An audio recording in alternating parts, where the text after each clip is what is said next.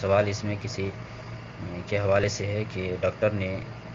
کچھ لگانے کے لیے دیا ہے جس میں الکوہل زیادہ ہے، تو کیا ایسی صورت میں نماز ہو جائے گی؟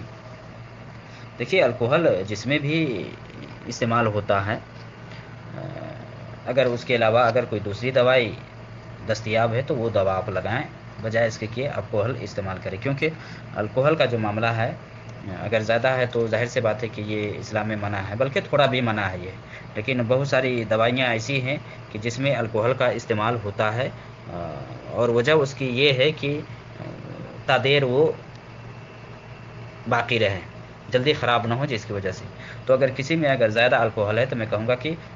اس کے علاوہ کوئی دوسری کمپنی کے آپ دیکھیں جس میں الکوہل کم ہے، اور اگر وہ حاصل نہیں ہے، دستیاب نہیں ہے،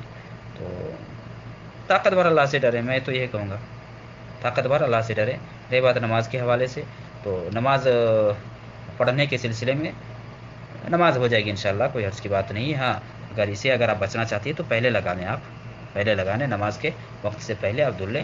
پھر کوئی فرق نہیں پڑے گا، یا آپ سوتی ہیں سونے وقت میں لگا لیں، یا دن میں اور ٹائم ہے اس ٹائم میں لگا لیں، لیکن الکوہل جس میں زیادہ ہے بلکہ کم بھی ہے اس سے بھی آپ احتراز کریں، اجتناب کریں، بچیں، کوئی دوسری دوائی یا دوسری کمپنی کی اگر حاصل ہے جس میں کم ہے تو وہ آپ استعمال کریں، تاکہ اس میں آپ داخل نہ ہوں کہ ہاں یہ حلال ہے یہ حرام ہے، کیونکہ الکوہل کا معاملہ بالکل واضح ہے کہ الکوہل یہ منع ہے، الکوہل یہ منع ہے اسلام میں، بلکہ یہ حرام ہے، کیونکہ اس میں نشہ ہے، اور چاہے تھوڑا ہو یا زیادہ ہو، اسلام میں نشہ آور چیز حرام ہے وہ۔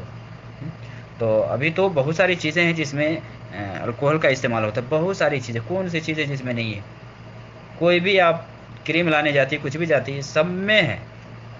کیونکہ ابھی ماحول ایسا بنا گیا، اور اس لیے اس میں استعمال کرتے ہیں، جیسے کہ سنا ہوں کہ وہ تا دیر تک قائم رہے، وہ خراب جلدی نہ ہو، جس کی وجہ سے بہرحال اگر اس کے علاوہ بھی اگر کمپنیاں ہیں جس میں الکوہل کا استعمال نہیں ہوتا تو وہ آپ خرید کر کے استعمال کریں، بہتر یہی ہے، اللہ عالم۔